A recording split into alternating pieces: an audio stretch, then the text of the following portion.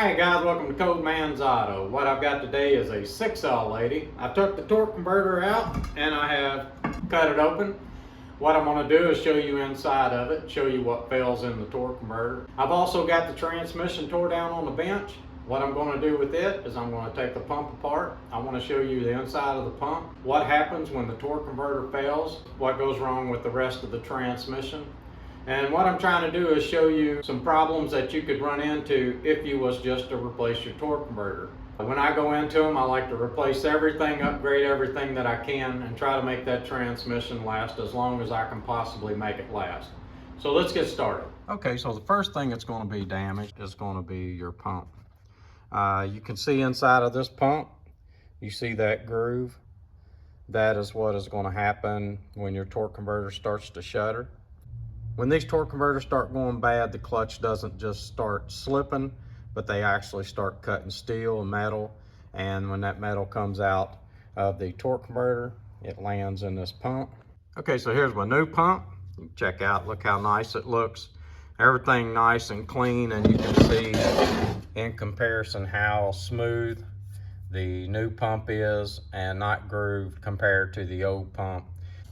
Okay, to just show you why that's grooved real bad, what we're going to do is we are going to take a look inside of a torque converter real quick. Pull the cover off. You can see all of the impellers.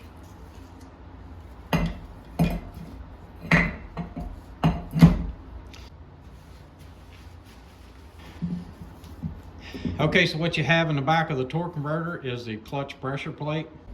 And when you pull the pressure plate out on this 6L80, there should be clutch lining on this. And as you can see, the clutch lining is wore completely off. What it's doing now is metal to metal, which you know that's not going to hold. As it's trying to hold, it's going to slip, and it's going to give you that shudder that you keep feeling going down the road. I'm going to show you on a factory torque converter. You see these stress heat marks where they've welded the bolt tabs on. And when you buy a billet converter, you do not have any stress marks like this. The billet converters are not welded on the plate, and the bolt tabs are all made into one piece of metal. And here's an example right here on this torque converter we have in this transmission. And you can see how those bolt tabs are one piece of metal with this back cover, and they're not welded on there, so you don't have these stress marks on the inside. Now, some people say these stress marks is what causes this clutch to start failing. I don't know if that's true or not. Okay, so this is your transmission control module. This is the Tickum. In here you have your solenoids, your pressure solenoids that controls your shift points and the pressures on your transmission. And what you can see is when they changed the torque converter out, they did not change the filter system out. And when you pull this up off of there, if you look closely, you see all of the metal that's gathered up in those filters, stopping these filters up, and it's starving the solenoids from having any fluid.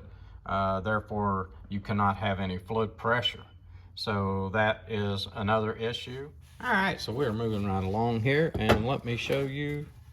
Look in this pan. You see in this pan, you see that metal? That metal is getting into the filter, being pulled up into the filter, and it'll stop the filter up. This coating of metal and debris has gotten on the filter, and it has stopped it up to where it can't get any fluid, or it restricts the fluid down to where it's barely pulling through here, and it creates a whining noise in your transmission pump or your converter because it's not getting enough fluid to actually make the converter and the pump work the way they're supposed to.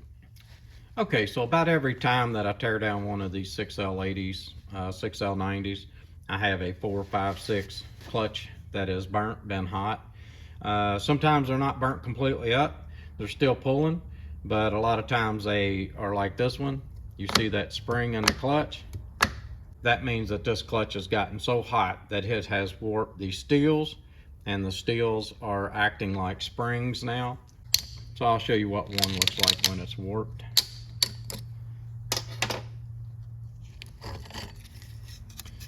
All right, so these are the clutches. This right here is your clutch. Okay, so it was not the steels that was warped, it was the clutches. All right, so you can see on this 456, you can see how hot that clutch has been.